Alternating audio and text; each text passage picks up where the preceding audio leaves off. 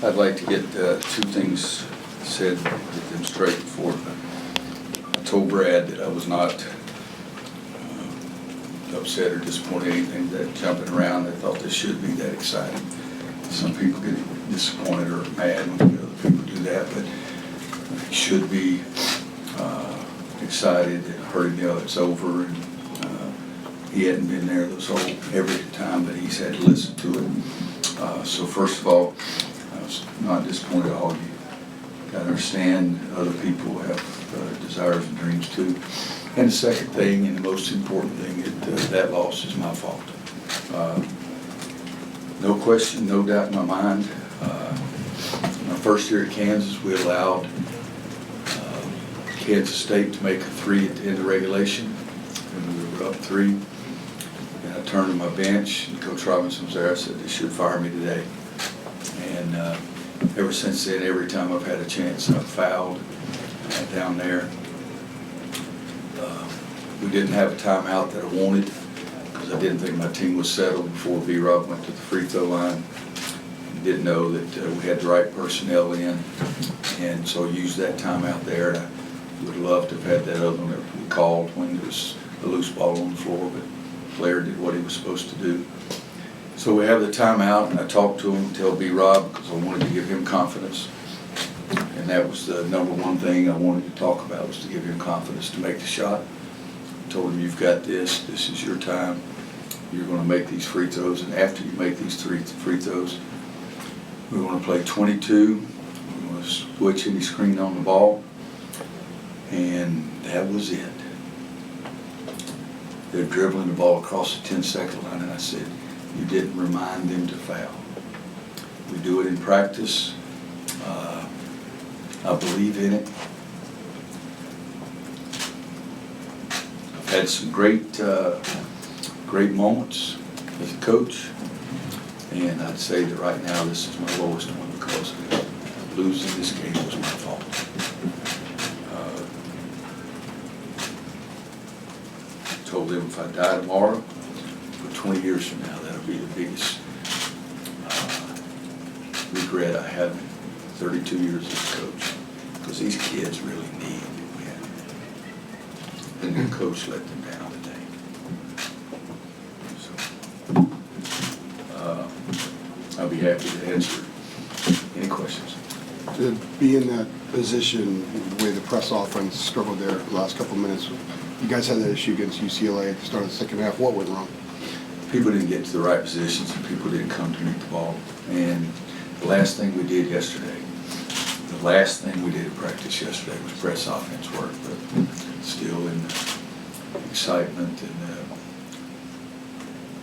the toughness of the game, we didn't get where we were supposed to. You're not supposed to throw all those long passes, and the one that Leaky threw, tried to throw over the guy's head to Garrison. He made a nice play on it, but that one was not press offense. It's just give the ball back.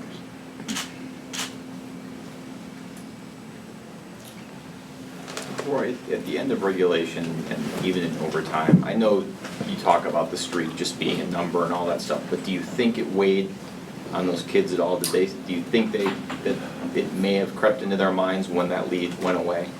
I don't think so. Look, you'd have to ask them, but I don't think so. I think our inability to handle the second half against Pitt probably had more to do with it than the streak against Clemson. But we just found out, and I'm not blaming Leaky. Make sure you understand this. We just basically found out today that Jeremiah wasn't going to play, and that's the second time this year we've found out within 24 hours that the point guard wasn't going to play.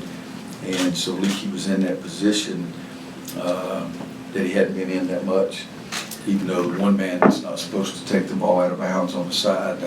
It's usually the 3-man, but I said, Leaky, you're used to this, and Leaky's our best passer and size, and so that's the reason I got him to do that. At that point, I was probably thinking more clearly than guys I didn't remind on.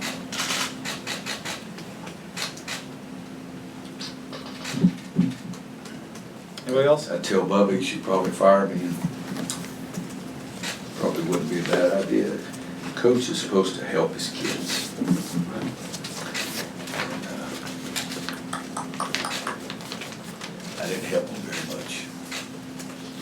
Sure, I don't mind answering. Anybody have anything else?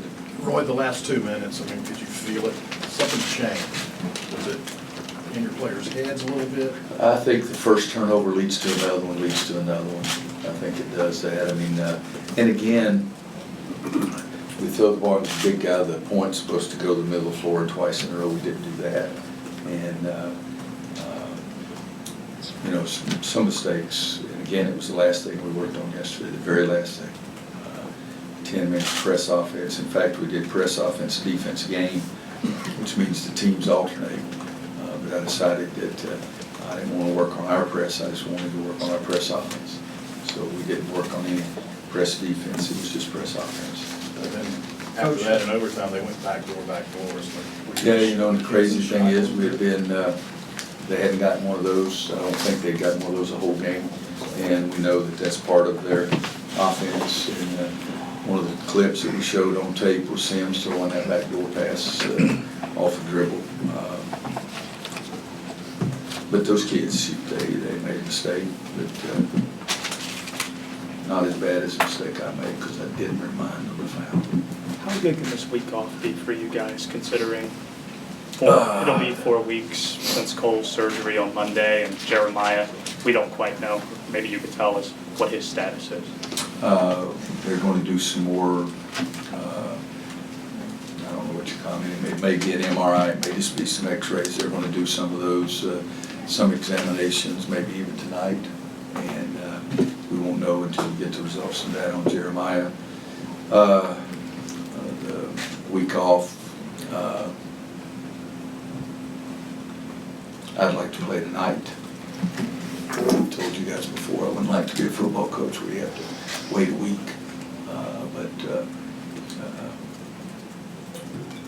I don't have any idea how it'll be. We're going to give them some rest and then we'll get together and practice again. But